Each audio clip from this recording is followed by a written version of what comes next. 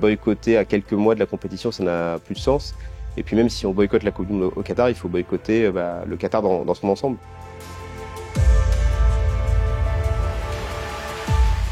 Kevin Bessière, bonjour.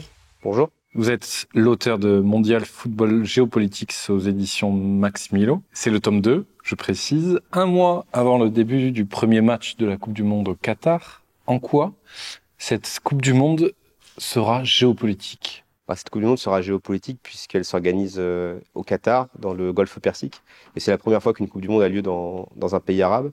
Et surtout, cette Coupe du Monde a généré beaucoup de critiques puisqu'elle a été décalée au mois de décembre et que ça pose aussi pas mal de questions par rapport aux conditions d'organisation, par rapport au coût écologique, par rapport à la question aussi des droits humains.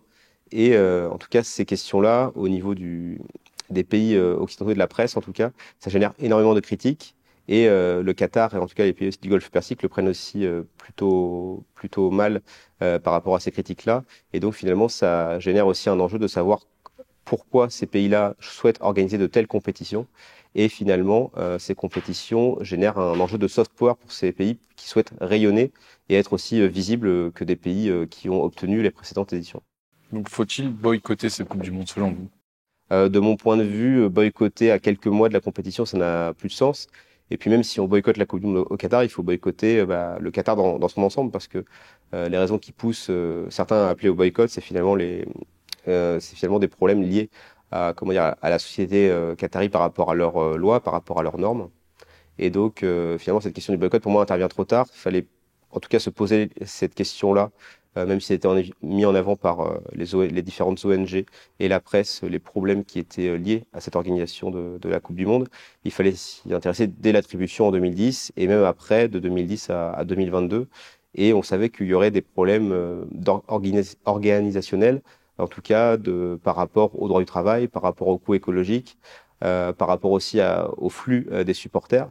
Et tous ces problèmes-là, on a l'impression qu'on les découvre que maintenant, mais en fait, c'est surtout que les acteurs de l'industrie sportive, donc FIFA, fédération, sponsors et équipes et aussi joueurs, même si les joueurs sont peut-être moins responsables de cette situation parce que leur principal fait, c'est d'abord jouer, même si c'est aussi les acteurs majeurs de leur sport. Mais en tout cas, rien n'a été fait pour améliorer les conditions d'organisation de cette compétition qui, du coup, sera bel et bien organisée dans des stades flambant neufs. Et c'est plus finalement la perspective économique qui a pesé dans l'organisation de cette Coupe du Monde que les autres aspects qu'on évoque aujourd'hui. Est-ce que vous pouvez rappeler ce que les ONG, ce que donc les gouvernements occidentaux reprochent au Qatar au niveau des droits humains ? Au niveau des droits humains, il y a l'enquête du Guardian qui est sortie en février 2021 et qui faisait état de 6500 morts sur les chantiers du mondial du Qatar. Et effectivement, ces chiffres sont contestés par le Qatar, qui après fait une autre enquête avec l'Organisation internationale du travail, qui tempérait ces chiffres, qui faisait plus état d'une centaine de morts. Après, l'autre problématique, c'est que cette organisation siégeait à Doha. Donc, ça pose la question aussi, finalement, de l'indépendance de cette organisation. Et l'autre question qui se pose, c'est pourquoi organiser une telle compétition dans un pays sans tradition footballistique, un pays désertique, où il a fallu construire 7 stades climatisé, même si la climatisation sera peut-être pas utilisée vu que novembre-décembre au Qatar, en tout cas, il fera entre 16 et 24 degrés. Mais c'est finalement pour la suite.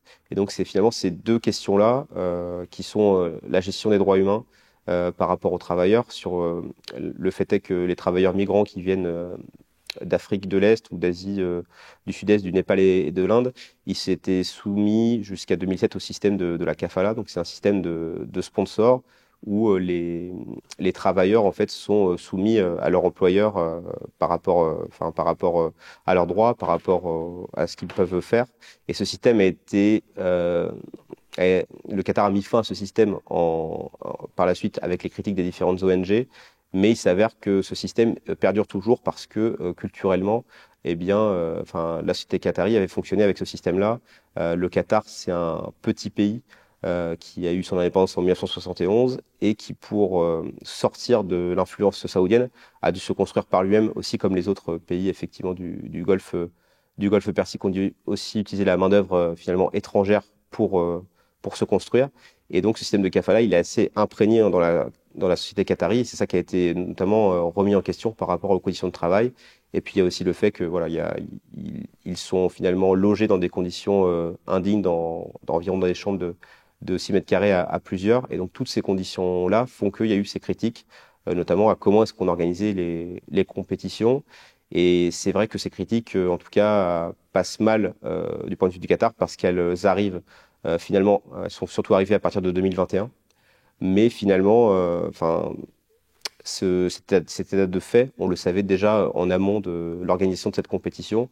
Et c'est en fait, voilà, c'est en amont d'une compétition qu'on a attribuée en 2010 qu'il fallait finalement se poser les questions.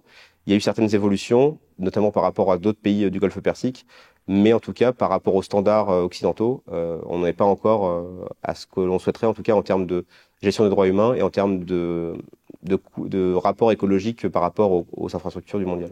Et dans quelles conditions ce mondial a-t-il été attribué au Qatar? Eh bien, en fait, on était en 2010, donc il y a à cette époque-là, pour avoir la compétition de la Coupe du Monde, il y a un vote qui est fait par les 22 membres du comité exécutif de la FIFA, donc qui sont élus parmi les différentes fédérations nationales qui composent la FIFA. Et il y a eu un vote entre les États-Unis et le Qatar. Et finalement, on pensait que les États-Unis allaient les gagner parce que finalement, le Qatar n'était pas un pays connu pour sa tradition footballistique et qui commençait à peine à émerger dans les institutions sportives aussi. Les États-Unis non plus. Les États-Unis, c'est vrai, mais les États-Unis avaient organisé une Coupe du Monde en 94 et on sait que en termes d'organisation d'événements sportifs et même en termes d'influence, les Américains avaient beaucoup plus de poids, peut-être plus d'expérience pour avoir cette compétition. Et finalement, contre toute attente, c'est le Qatar qui va obtenir cette compétition après un vote 14 voix contre 8. Et c'est vrai que là, Sepp Blatter, le président de la FIFA, se félicite de cette compétition parce que c'est la première qui va avoir lieu dans un pays arabe. Mais finalement, 2014-2015, il va y avoir des rapports d'enquête qui vont commencer à sortir, notamment du FBI. Donc c'est pas non plus anodin, pour finalement dire qu'il y a eu des pots de vin, il y a eu des achats de voix par rapport à l'attribution de la Coupe du Monde au Qatar, mais aussi pour la Russie, puisque en 2010, on a attribué la Coupe du Monde en 2018 et en 2022. Et finalement, eh ben, il s'avère que voilà, ça a entraîné un scandale, le FIFA Gate en 2015, et Sepp Blatter et plusieurs membres du comité exécutif ont été par la suite condamnés. Mais finalement, le Qatar a continué à avoir cette compétition. Et la personne qui a remplacé Sepp Blatter, Gianni Infantino, qui est le nouveau président de la FIFA, finalement n'a pas véritablement fait évoluer les pratiques et on n'a pas vu non plus mettre en place un cahier des charges pour l'organisation de la compétition. Il faisait quand même prévaloir l'intérêt économique. On l'a vu en Coupe du Monde 2018 et là on le voit aussi avec la Coupe du Monde 2022. Finalement, il fait plus ami-ami avec les régimes politiques en place dans les pays parce que lui, ce qu'il souhaite, c'est surtout avoir la plus belle des compétitions et qu'importe les conditions par rapport aux droits humains et les conditions écologiques. Est-ce que dans ces critiques, on peut déceler une part d'hypocrisie, voire du racisme ou du néocolonialisme? J'irai pas jusqu'à racisme ou néocolonialisme. Par contre, je pense que les critiques qui émanent surtout du monde occidental, c'est parce que on sent, enfin, dans l'ordre géopolitique, qu'en tout cas, il y a une perte d'influence, que ce soit des pays européens, mais aussi des États-Unis vis-à-vis de la Chine, qui bascule un peu plus vers l'Asie. Et donc, le fait de voir que peut-être ces compétitions-là, qui sont historiquement organisées en Europe, aussi en Amérique du Sud, mais plus en Europe, et qu'elles sont organisées finalement dans d'autres régions du monde avec des systèmes de pensée, des cultures différentes, c'est vrai que ça peut interroger. Donc, cette différence culturelle, cette différence en termes aussi de rapport qu'on a par rapport aux droits humains ou par rapport à l'écologie, et ben, je pense que c'est effectivement cette différence qui fait qu'il y a beaucoup de critiques qui émanent. Et surtout, voilà, c'est que pour le football, en tout cas, l'Europe est une place forte avec la Ligue des Champions, avec l'UEFA, avec des fédérations nationales comme la France, l'Allemagne, l'Italie, qui sont souvent, bon, l'Italie pour le coup ne sera pas à la Coupe du Monde, mais pour l'Espagne, qui sont souvent présentes en tout cas à la Coupe du Monde. Et c'est pour ça que ça pèse autant, parce que c'est une compétition qui leur est chère, qu'elle soit organisée dans ces conditions. Et que ce soit pas des conditions dans lesquelles finalement nous le voudrons. Et ben c'est pour ça qu'il y a autant de critiques. Mais de là à avoir racisme, néocolonialisme, je pense pas. Je pense que c'est plus le fait d'avoir une perte d'influence et de voir que les pays du Golfe, en tout cas, s'insèrent dans l'ordre mondial du football et le font de fort belle manière avec le Qatar, puisque outre la Coupe du Monde, il y a aussi l'acquisition du PSG, il y a beIN Sport, et il y a toutes ces choses-là qui font que le Qatar devient la nouvelle puissance sportive, tant en termes d'organisation qu'en termes d'influence. Est-ce que ça veut dire aussi que peut-être que l'organisation d'une Coupe du Monde, de tels événements, serait réservée aux pays qui respectent les droits de l'homme, donc c'est-à-dire l'Occident? Ça, je pense pas parce que en fait, les Enfin, conditions, selon la version occidentale. bah, en tout cas, en fonction des critiques, c'est ce qu'on peut ressentir. Après, dans les conditions d'organisation, il n'y a pas de cahier des charges mis en place par la FIFA, ni par le CIO quand il y a des Jeux Olympiques, notamment des Jeux Olympiques d'hiver en Chine, où il y avait aussi eu beaucoup de critiques. Finalement, il n'y a pas de cahier des charges. Donc, non, la FIFA, elle, ce qu'elle veut plutôt faire, c'est finalement ouvrir sa compétition à des nouveaux territoires, donc des nouveaux marchés, parce que la FIFA raisonne beaucoup en termes économiques finalement. Et finalement, ces questions de droits humains, d'écologie, elle remet pas du tout en question. Et dès que ça touche à l'aspect politique, peut-être intérieur de l'État, remettre en question peut-être sa politique intérieure, elle dit que c'est politique et que la FIFA est une organisation apolitique. Donc c'est ça le point de vue en tout cas de la FIFA. Et ensuite, pour l'avenir, en tout cas, je pense que la FIFA devrait se poser des questions par rapport à un cahier des charges, par rapport à un socle commun à faire peut-être voter par toutes les fédérations pour que ces compétitions s'organisent dans de meilleures conditions parce que, outre cette question finalement du Qatar et des critiques qui sont inhérentes, il y a aussi la question de comment est-ce qu'on fait une Coupe du Monde à 48 équipes, parce que la prochaine sera à 48 équipes. Il faudra plus aller dans des logiques de co-organisation, essayer aussi de peut-être limiter les coûts d'organisation, parce que en Russie, on était à 30 milliards dépensés, là, au Qatar, on est à 200 milliards.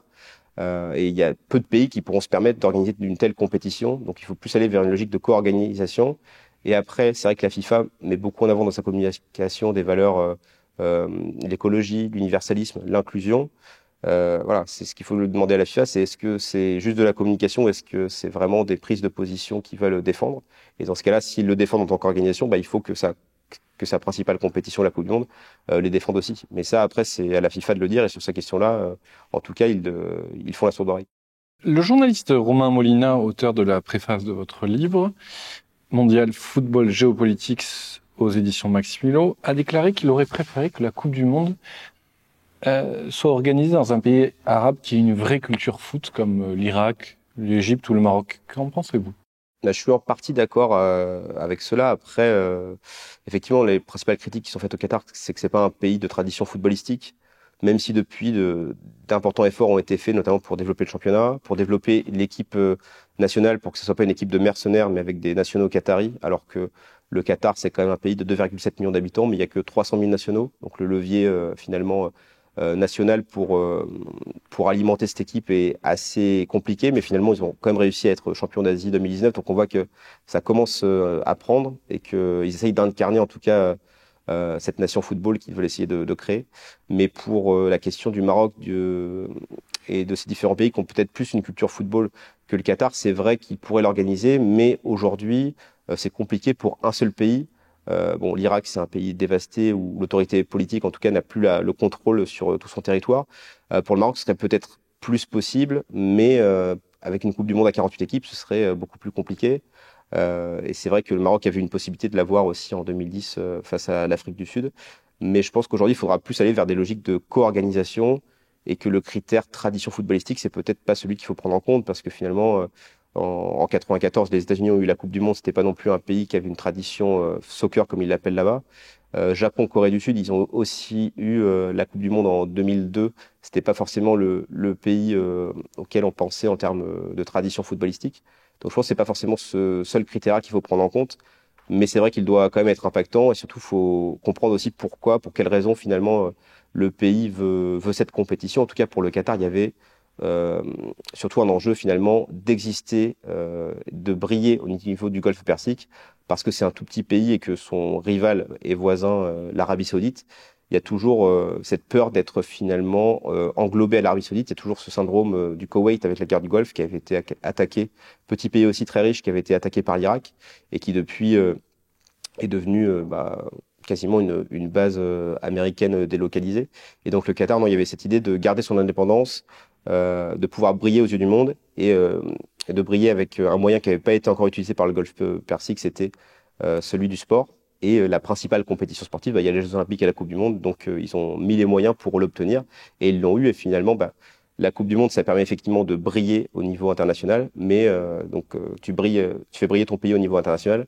Mais il est vrai que quand tu te montres au niveau international, tu montres à la fois les bons côtés et les mauvais côtés. Et c'est pour ça qu'on parle autant de cette Coupe du Monde et qu'il y a autant de critiques aujourd'hui.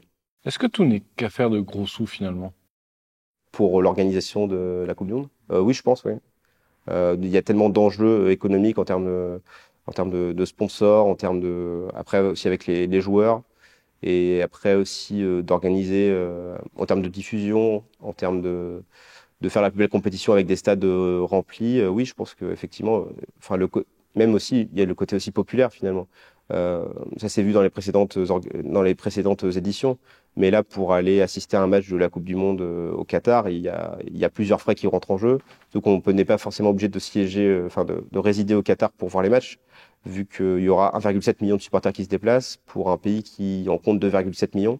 Donc ils devront loger soit aux Émirats Arabes Unis, soit en Arabie Saoudite. Et il y aura des navettes qui seront mises en place pour assister aux matchs. Et une fois que les matchs seront terminés, ils ne pourront pas rester très longtemps à découvrir le pays, comme c'était plus le cas en Russie, où il y avait des visas qui avaient été mis en place pour que finalement les supporters puissent découvrir le pays. Mais en tout cas, ouais, non, je pense que, de ce côté-là, ce côté populaire et le côté beauté du football, voilà, c'est juste pour la communication et c'est purement économique une Coupe du Monde aujourd'hui. Justement, vous avez parlé de la Russie. Donc en 2018, l'équipe de France remportait la Coupe du Monde à Moscou. La Coupe du Monde russe a-t-elle eu des conséquences positives pour la Russie et pour Poutine finalement? Plutôt, après, c'est compliqué finalement de les lister parce que après cette Coupe du Monde, il y a notamment, la Russie est condamnée par le tribunal, par l'agence antidopage mondiale pour dopage d'État. Donc ça va impacter la Russie qui va être exclue entre guillemets des compétitions, notamment olympiques. Ils pourront pas concourir sous la bannière russe, mais ils pourront concourir sous bannière neutre. Et finalement, après, il y a la guerre en Ukraine qui va aussi pouvoir limiter ses effets. Mais en tout cas, en 2018, ce qui a été fait pour cette Coupe du Monde, c'est qu'ils ont voulu faire l'anti-Sochi, donc les Jeux Olympiques d'hiver de Sochi en 2014, qui avait été organisé un petit peu dans le faste, sans penser finalement à ce qu'ils allaient pouvoir faire après avec ces Jeux Olympiques d'hiver. Finalement aussi une organisation qui était très tournée autour de Vladimir Poutine plutôt que vers la Russie. Et pour cette Coupe du Monde 2018, ça n'a pas été le cas. On a essayé effectivement. Bon, il y a eu aussi des cas de travailleurs morts, notamment nord-coréens.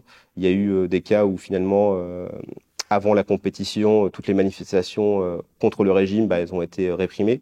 Mais derrière ça, il y a quand même eu un effort qui a été fait pour accueillir la population mondiale, avec un système de visa spécialement pour les supporters, pour qu'une fois qu'ils ont vu le match, ils puissent parcourir le pays. Et donc du coup, quand ils rentraient chez eux, ils pouvaient valoriser la Russie au niveau de leur pays. Et on n'a pas trop vu Vladimir Poutine durant cette Coupe du Monde. On le voit au match d'ouverture, mais après la Russie, qu'on pensait qu'il allait pas faire une grande compétition, va jusqu'en quart de finale. Et Poutine, on le voit pas tellement se mettre plus en avant qu'il aurait pu le faire finalement, parce qu'il sait se mettre en avant par rapport au sport. C'est quand même quelque chose ce culte de la personnalité, il arrive beaucoup à le faire vis-à-vis du sport. Et là, pour cette Coupe du Monde, ça n'a pas été le cas. Donc il a plus mis en avant finalement la Russie que sa personne.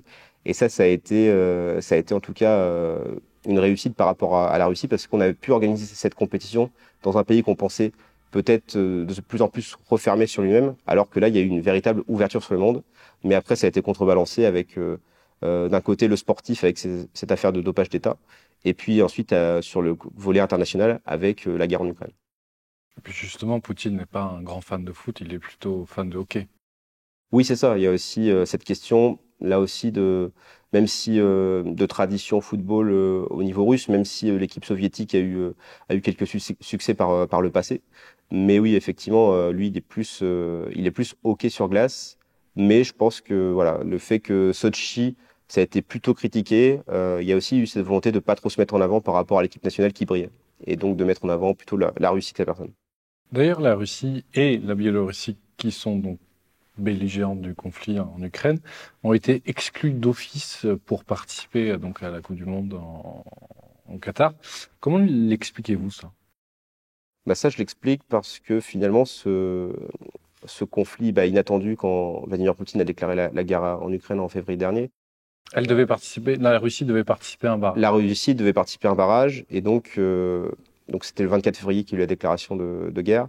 Et finalement, c'est le 27 que le CIO a appelé ces différentes fédérations internationales à exclure les équipes ou les athlètes représentant la Russie et la Biélorussie de leur compétition. Donc ça impliquait aussi la FIFA qui n'avait pas pris position. L'UEFA avait pris position plus tôt en disant qu'ils allaient délocaliser la finale de la Ligue des Champions qui devait avoir lieu à Saint-Pétersbourg, donc qui a été récupérée par la France et Paris.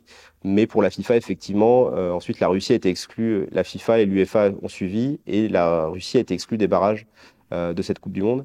Et cette réaction du monde sportif a été forte, je pense, parce que finalement, avec cette guerre, c'était le retour de la guerre en Europe, on s'est dit, finalement, de fil en aiguille, ça peut basculer vers une troisième guerre mondiale. Et c'est pour ça que la réponse a été aussi forte, surtout avec des organisations sportives internationales qui sont plus tournées vers les pays européens. Et donc je pense que c'est pour ça qu'il y a eu cette volonté finalement de boycott de la Russie pour essayer de faire changer la décision de Vladimir Poutine. Après, ça n'a pas fonctionné. Après, il y a aussi la question finalement de l'après. Comment est-ce qu'on va faire en sorte de réintégrer la Russie et la Biélorussie une fois que la guerre sera terminée, même si on en est encore très loin. Et pour ces questions-là, en tout cas, on n'a pas encore de réponse, puisque effectivement le conflit est encore très présent dans l'actualité. Mais en tout cas, ce qui est sûr, c'est que faut pas arriver à des cas comme il a pu se passer à Wimbledon, où on a finalement exclu les athlètes russes et biélorusses, alors qu'ils ne représentaient pas le pays en tant que tel, ils n'avaient pas le maillot de la Russie. Il faut pas arriver à des cas comme ça, parce qu'effectivement, c'est parce qu'on est citoyen russe ou biélorusse qu'on est forcément en faveur de la guerre. Notamment, il y avait des cas de Alexander Roublev et Dimitri et Medvedev, qui avaient notamment appelé à la paix et qui étaient les principaux athlètes russes qui étaient visibles en tout cas au niveau international. Dans votre livre Mondial Football Club Géopolitics aux éditions Max Milo, vous racontez donc la seconde Coupe du Monde en 1934 dans l'Italie de Mussolini. Racontez-nous un peu ce moment d'histoire.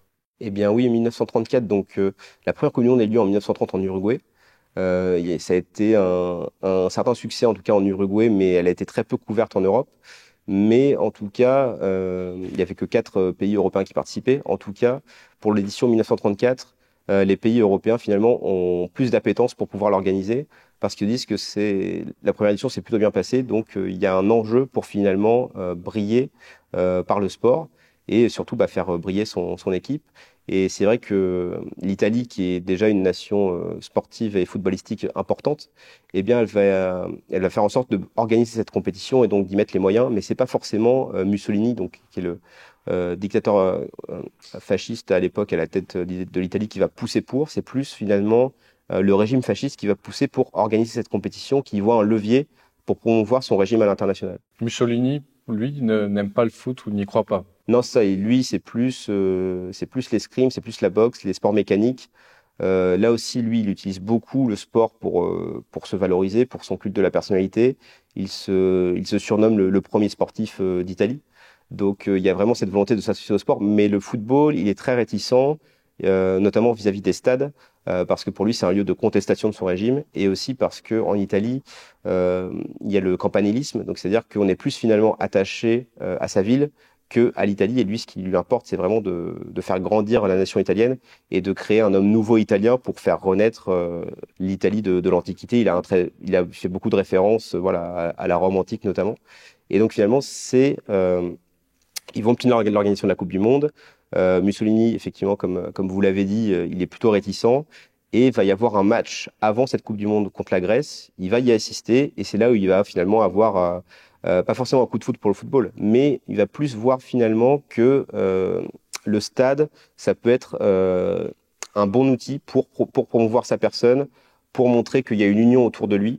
Et donc là, il va finalement débloquer les budgets pour que cette compétition soit radiodiffusée, pour que cette compétition puisse accueillir le plus de supporters et de journalistes possible, et surtout se mettre beaucoup en avant, notamment durant les premiers matchs, et aussi même durant la finale que l'Italie va gagner avec quelques avantages arbitraux orchestrés notamment par Mussolini parce qu'il va se rendre, dans le bureau de l'arbitre à la mi-temps de la finale.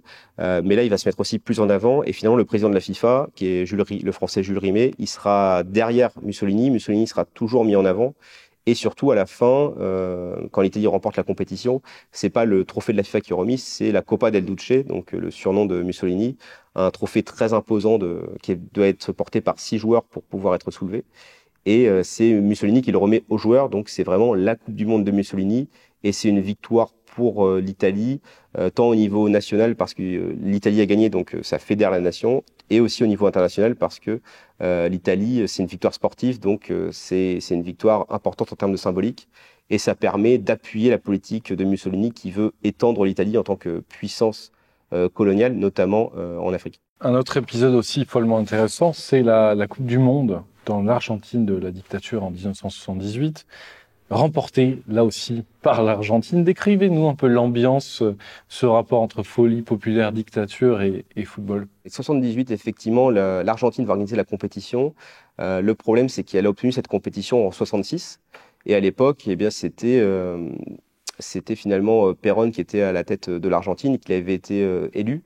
Et là, en 78, bah, c'est la dictature militaire qui arrive au pouvoir, de celle du général Videla, donc à la tête d'une junte militaire extrêmement répressive, qui participe à l'opération Condor des États-Unis en Amérique du Sud pour finalement renverser les différents régimes et mettre des régimes d'extrême droite plus en faveur des intérêts américains.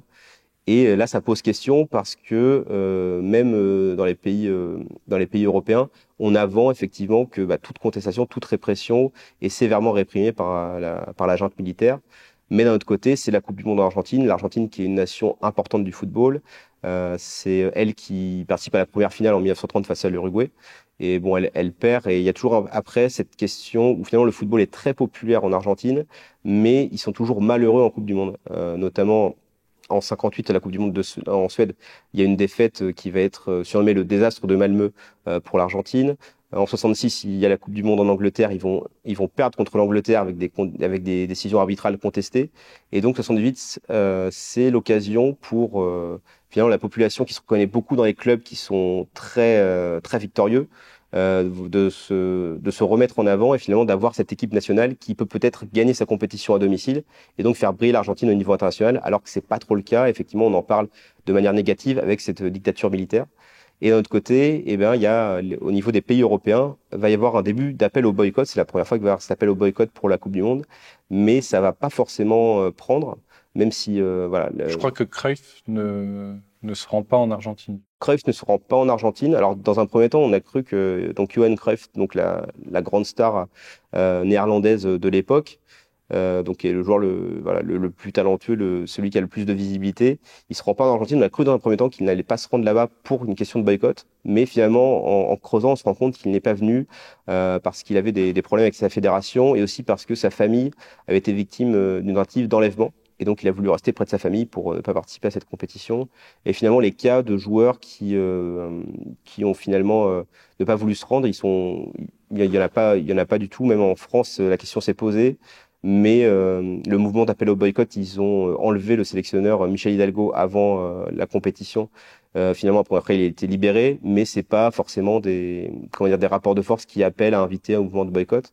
Et finalement, le seul cas de contestation de cette Coupe du Monde, ça va être des joueurs suédois qui vont se rendre sur les lieux, sur une place où il y a des maires notamment qui font une ronde à Buenos Aires pour demander des nouvelles de leurs fils qui sont disparus suite aux exactions de la junte militaire.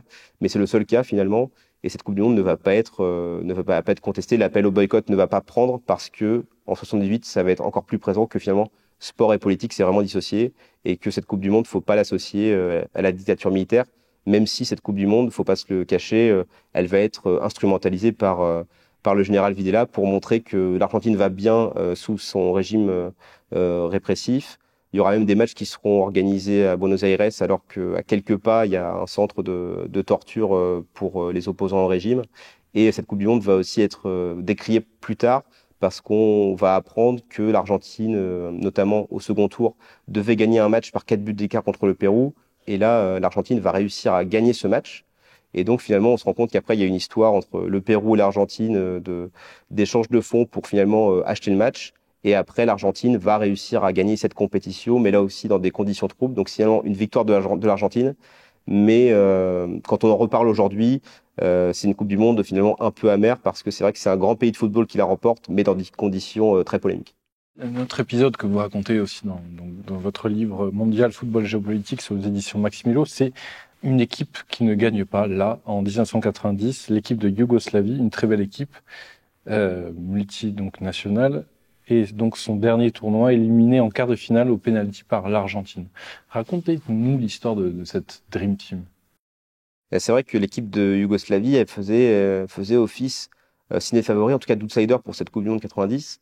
Le problème, c'est que c'est une équipe qui est le reflet finalement de ce qui se passe en Yougoslavie à l'époque, puisqu'il y a l'effondrement du bloc soviétique et que ça va toucher aussi effectivement la Yougoslavie, qui est une fédération de plusieurs républiques, donc Slovénie, Croatie, Bosnie, Serbie, Monténégro, avec aussi bien sûr déjà la question aussi du Kosovo.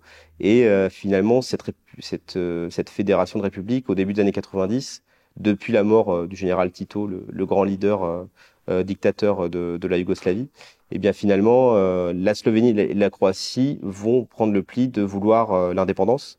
Et donc, ça va être au début des années 90, et ces tensions inhérentes, elles vont se retranscrire, en tout cas dans l'équipe nationale, surtout que le football joue un rôle particulier au niveau de cette dislocation de la Yougoslavie, puisque le 13 mai 90, il y a un match entre le Dinamo Zagreb et l'Étoile Rouge de Belgrade au stade de Maksimir de Zagreb, et ce match qui devait être finalement un match de championnat plutôt classique, va se transformer en véritable bataille rangée entre les supporters du Dynamo Zagreb et les supporters de l'Étoile Rouge de Belgrade, qui sont comment dire instrumentalisés aussi par Milosevic, qui est le leader de la République de Serbie, qui a mis à la tête de ce groupe de supporters Arkan, qui après va diriger euh, des groupes paramilitaires durant les différentes guerres des Balkans.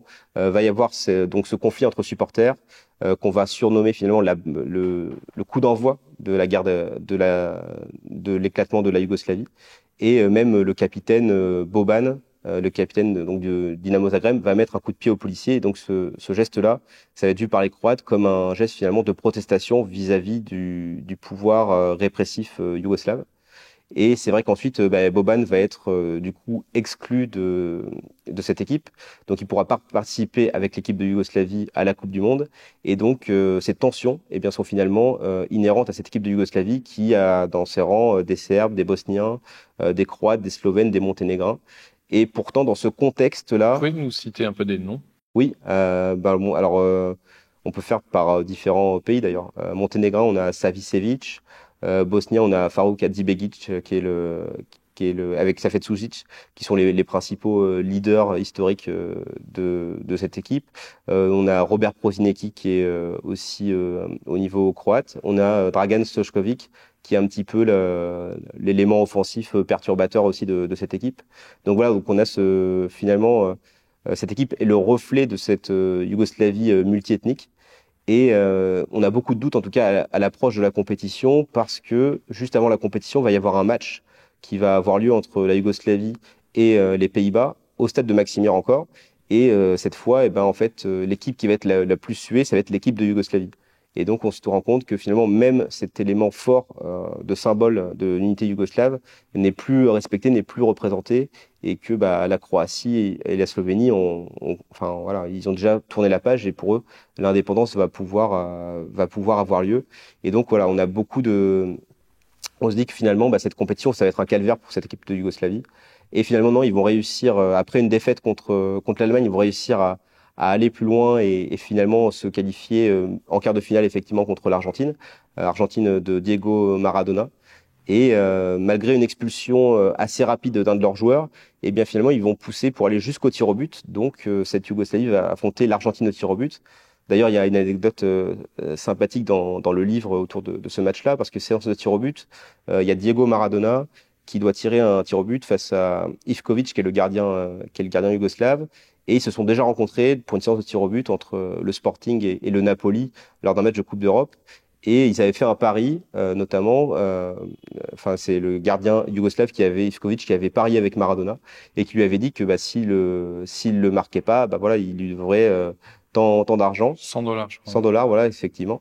Et finalement, Maradona le rate. Et donc là, pour cette séance de tir au but entre Argentine et Yougoslavie, Ivkovic, il est malin, il refait la même proposition. Et cette fois, Maradona est plus concentré parce que c'est un quart de finale de Coupe du Monde. Mais finalement, ça va quand même marcher parce qu'il va le rater. Et donc, il va s'avancer le dernier tireur yougoslave, donc Farouk Hadzibegic, qui est le tireur attitré, mais qui avait déjà raté un penalty pour le match Yougoslavie-Colombie en phase de groupe. Donc, effectivement, quand il en parle, en tout cas à son capitaine qu'il avait désigné pour tirer, il dit ah ben, je ne veux pas le tirer, j'en ai déjà raté un, mais il dit non, c'est important, il faut que tu tires ce penalty. Et donc, il va le tirer, mais il va le rater. Et ça donne lieu à un livre qui m'a beaucoup inspiré pour ce chapitre, qui s'appelle le dernier penalty de Gigi Riva, et qui revient sur toute cette histoire autour du penalty raté de Farouk Hadzibegic. Et finalement, que même aujourd'hui, on lui rappelle que ce penalty serait peut-être, si ce n'est sauver la Yougoslavie, peut-être retarder l'échéance de l'éclatement de la Yougoslavie, parce que le fait que cette équipe ait gagné, en tout cas, se progresser, on pouvait penser peut-être qu'elle allait pouvoir gagner cette compétition. Et bien finalement, on s'est dit, voilà, ça peut peut-être sauver l'unité yougoslave, mais ça n'a pas été le cas parce qu'il y a ce drame footballistique, comme le football c'est si bien l'écrire, avec ce dernier penalty raté. Comme j'ai pu retrouver les propos là dans le livre que j'ai retranscrit, finalement il dit, on ne saura jamais finalement si avec ce tir au but ça aurait pu sauver la Yougoslavie, mais ça aurait peut-être pu retarder la guerre.